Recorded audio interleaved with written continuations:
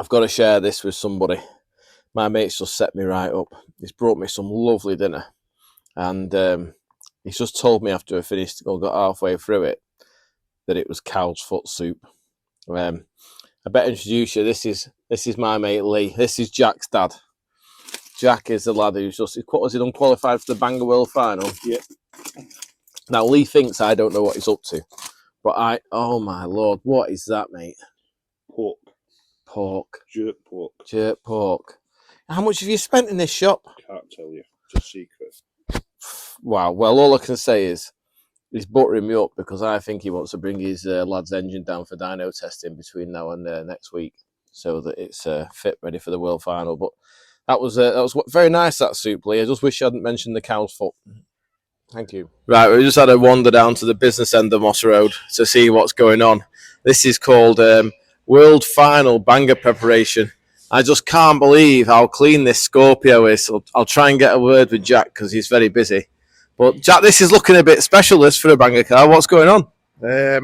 Managed to qualify for the World Final, so we're just trying to make it as nice as possible.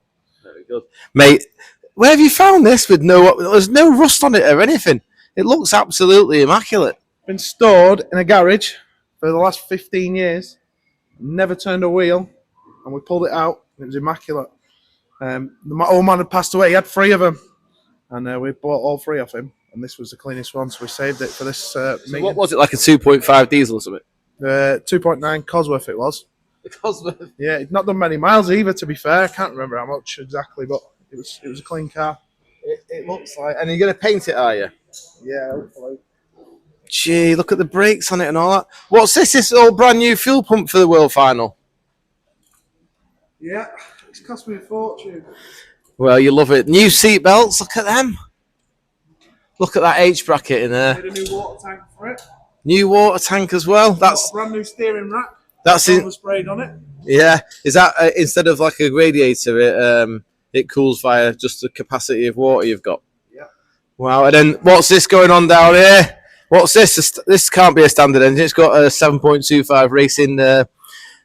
Is that a tilt and clutch on it? Crikey. Wow. So is this what we're going to throw in the dyno and try and squeeze some extra horsepower out of? Well, yeah, if you pull your finger out and actually decide to help me out for once. Oh, Instead for of once? Coming down here and taking the mick out of me on your videos. It's just not good enough, is it, really? Mate, your dad's just been down, buttering me up with dinner, but then he told me it was cow's foot soup. Well, listen, you could be starving now, couldn't you? At least you're looking after you. Well, I'm not going to say anything about that. Look at these rear arches. Crikey, it's mint out of its nut. Well, I really hope that you get to race it, Jack, and it doesn't just end up in a first corner pile-up. But I think you're pretty au fait with, like, if it ends up on the first corner at a scrap, that's life. It's not a problem, is it? It could be a once-in-a-lifetime thing, so it doesn't really matter, does it? It's one of them. I had a couple of weeks off work to try and get it finished. So it's a week away now. It's a big thing. I wish I was coming, but I'm just overcommitted, or I'd be there with Russell to cheer you on. I watched the video. Right, thanks for letting us talk to you anyway. We'll revisit this on the dyno later in the week. Okay, YouTubers, we've got the what's it called? It's an i14 engine. It's a 2.3 Ford 16 valve engine. Oh, i4 engine, sorry. Lee's come in and bolted it on the dyno, and we're just going to get a set of figures off it and then decide which way to go from there. We've nearly got all the figures. We're just going back to get one figure that we didn't quite get down, which was, I think it was we could do with a 7,000 figure and a 5.5. So we'll load it up. You have to set the dyno differently because it has more weight on it to read it, because obviously it's got a lot more torque. This. So at 5,000 there, we're seeing about just maybe 14 at 5. 14 at 5. Just lost it from before. Right, let's try and get 5.5 figure. Bit missy there, isn't it?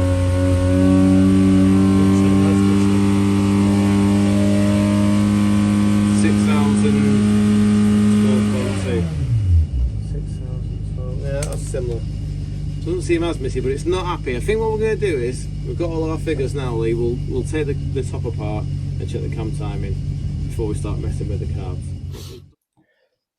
Right, we finished getting a set of figures off the off Lee's 2.3 engine, and we're going to do a few checks because it's a while since it's been looked at. So the first thing we need to do is get the TDC position. Now, if you put the camera down here, Mr. Cameraman, we haven't really got anything to put a crank mark on for the timing light or for doing the cam timing. So I'm going to have to do it at the flywheel end, because obviously it being in a banger, it has to be able to withstand the big impacts and not knock its chain off, etc. So what we're going to do firstly, if you come around here, what we've done is we've just done a makeshift. We don't do a lot of these. The first thing we've got to do, set the cam timing, or to check the cam timing, is to find a TDC position. So you can see I'm just rocking the engine backwards and forwards there.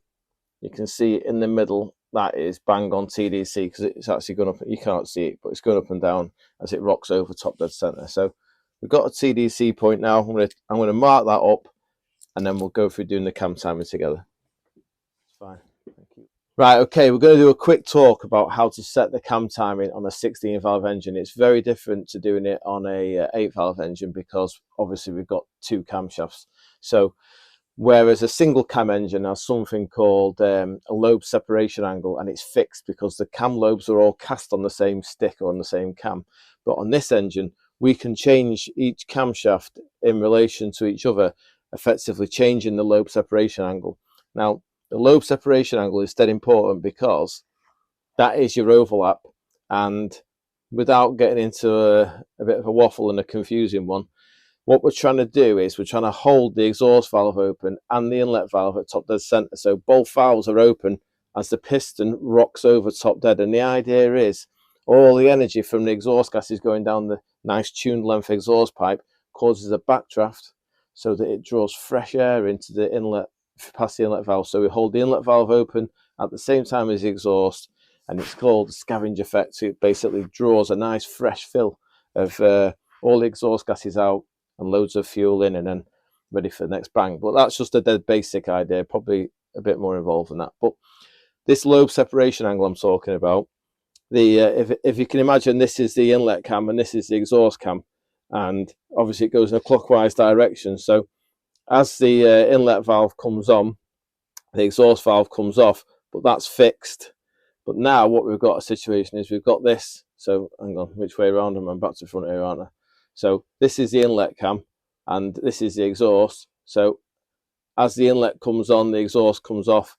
What we're going to do is we're going to see if we can find out what it's got, and then we're going to ring Bob the Oracle, and because he did the cams for it a while ago, because I've forgotten and I can't find the sheet where it was all written down. So we're going to find out off Bob what it did have, and then reset it to that. So what we do first is I've just made a little TDC marker with a bit of wire. So we have to approach it in a clockwise direction. So I'm going to back it off first, and we approach it in clockwise direction to TDC, because we want the chain to be tight on that side. This is the direction of rotation for the engine. So nearly there. Okay, so that's TDC. And then what we're going to do is we're going to zero this.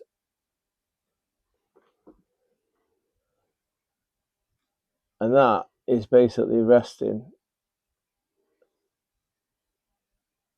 on the, I'm just chasing it around. It's resting on the valve bucket basically. So as I back it off now, when I go in an anti-clockwise direction, we will see how much lift it had at TDC. So let's have a look. So this is in metric. So that's 1 mil. So it's roughly 1.5 mil, which is about 60 thou at TDC. Right. We'll ring Bob now, Lee, find out what the figure should be, and we'll do the same with the exhaust and get our figures down and see what he says. Right, we're going to quickly wind it off the exhaust now and just see. So we've got the DCI set up on the exhaust cam lobe, and we're going to approach it in a clockwise direction to TDC and zero the DTI gauge. So that's TDC, and we'll set it to 0. Now, if you look at the low position, because the engine is going, because we're going clockwise, so the exhaust is coming off, whereas the inlet was coming on, we carry on now in a clockwise direction to wind the lobe off. So carry on going round, and we've got a little bit less on this one. We've got about 1.36 mil. So what we'll do is we'll speak to Bob now, find out where the cam timing should be, and just check that it's somewhere like, and then we can run it again and try and sort of trim this fuel, etc. Sorry, we're just running Lee's son's Banger engine, and the best way of describing it is it's a good engine, but it can't get any air, so it's only got a little 38mm, twin 38mm choked D-gas carburettor with two 27mm chokes in it. So although we've got wicked torque there at like 4,000 RPM, and it holds it beautifully, once it gets going, it just runs out. It doesn't do any decent horsepower, which is a real shame, because you put a pair of 45mm of autos on this, I think it'd be absolutely awesome.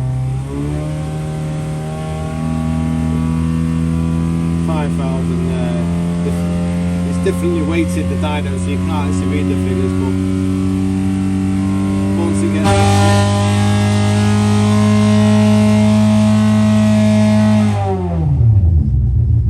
exhaust falling off.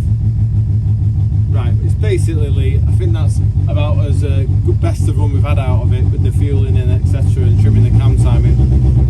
I think put it in the car, see how it feels. We'll just see if the exhaust has affected the bottom end figure. Put some load in the dyno.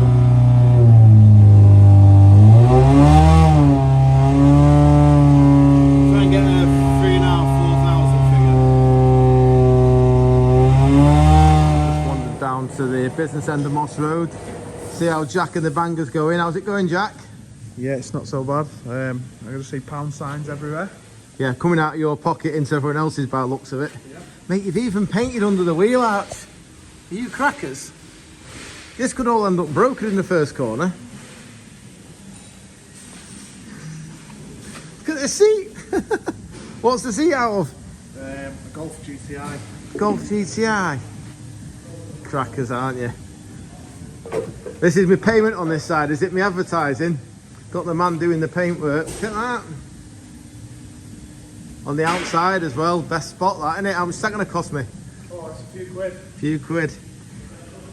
Some real old school skills going on down here with Mr. Don Davis. Proper job. Right, well, we'll hear it run soon, no doubt, won't we? Look at that plate. Straight as a die as well, for now.